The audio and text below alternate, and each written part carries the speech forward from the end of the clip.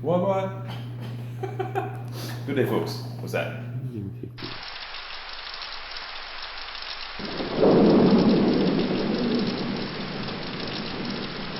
You are, and get to know you a little better.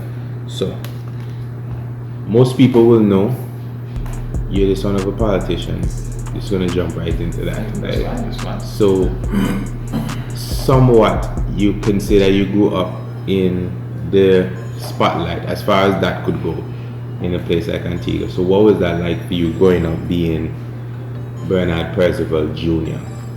Oh boy. How can I even describe that?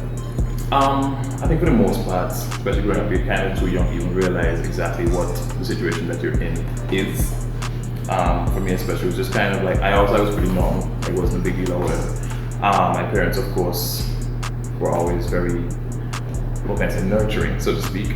So like I wasn't maybe the typical person in, let's say, primary school or high school in terms of even just catching the bus to and from school, this kind of thing. My dad was fortunate enough to put me in a position where he had a driver who was able to assist in, picking up myself and my sister, taking us to and from school and stuff like that. But apart from that, I mean, otherwise it was pretty normal.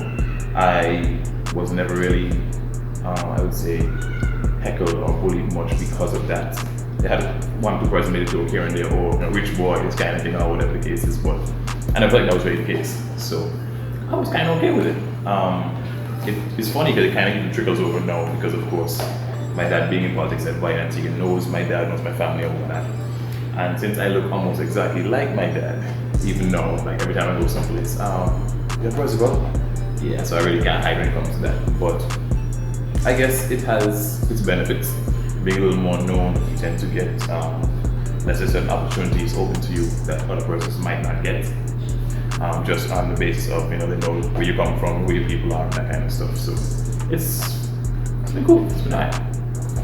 So you experienced a little bit of politician privilege. If you want to call it that, yes.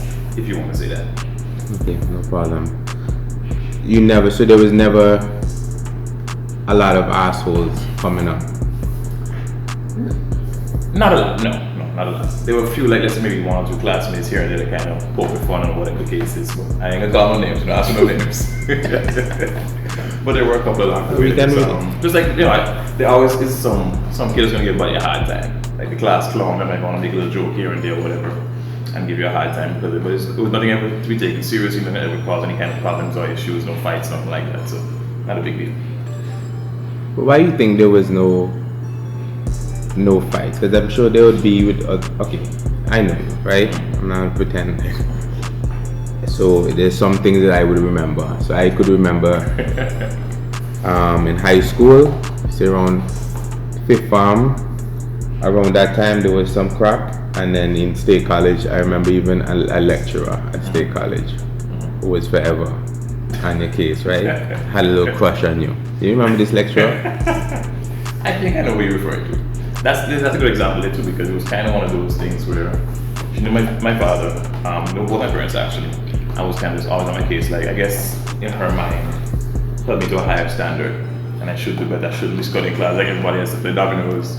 And of course, when she could, she technically ratted me out to my dad, and that's fine. Like the rest of us studying class to play domino? Yeah, pretty much. There you go. We all did that, but yeah, that's how it is.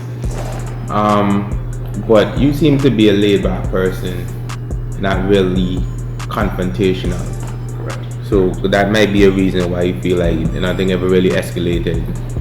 That could be true. Might be a strong point because I guess even when there were times where I've maybe been made fun of, I brushed it off, just walked off, whatever the case was, where some person might be like, be very upset by that and want to take it to a different level. Take it to someplace where in my mind, it should never really go. I mean, for me, speech is free. If you want to talk, say what you want to say, whatever the case is. Once it's a case where you don't physically attack someone, I'm all good. It's all fine for me. Whereas my mom is one who's kind of quick to argue. So I won't like me saying that, but hey, so you go. And my sister was kind of the same way as well, too. Kind of very quick to argue when they have a point to prove, or they're right in a certain situation.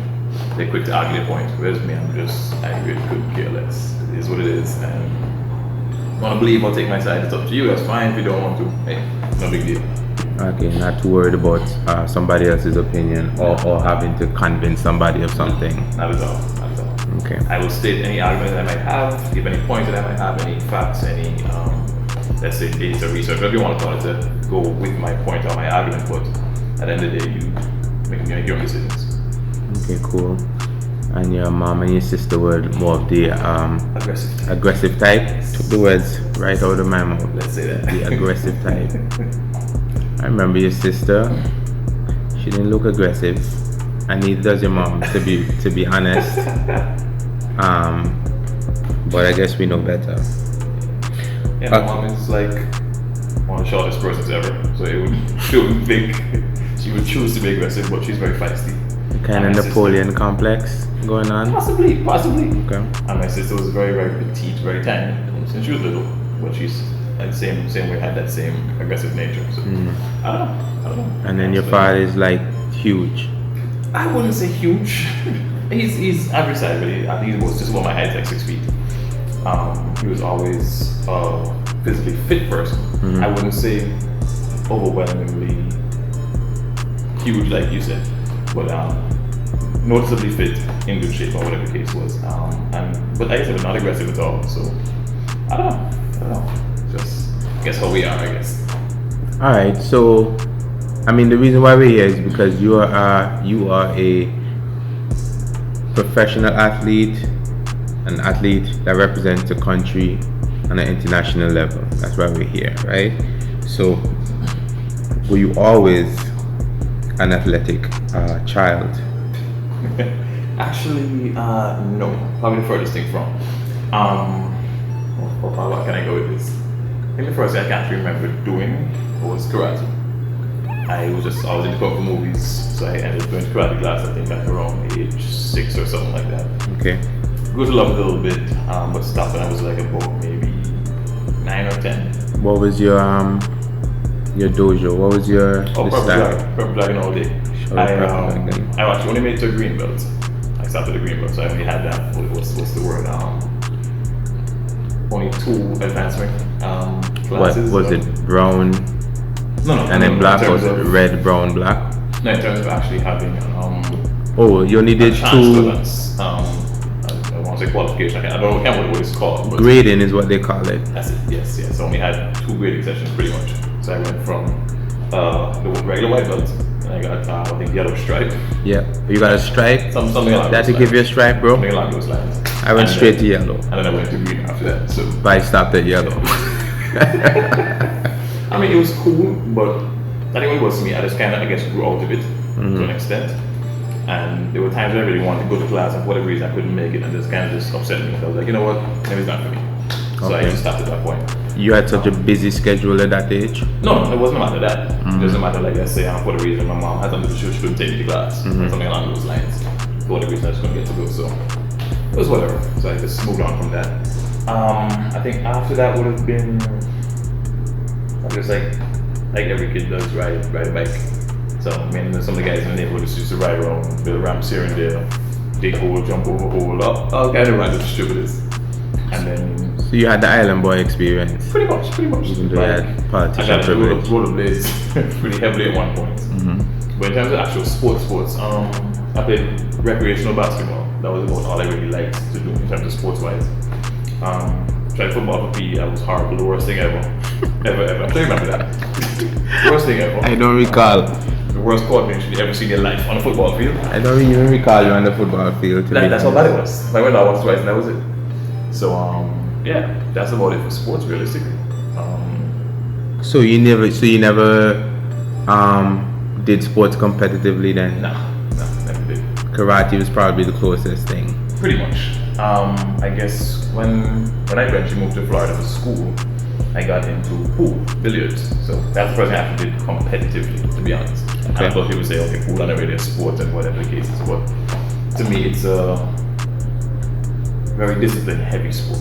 I put in a lot of hours of practice, watch a lot of footage to work on technique and stuff like that. So that's the first time I did competitively, and that would have been in 2005. So yeah, that was a long time ago.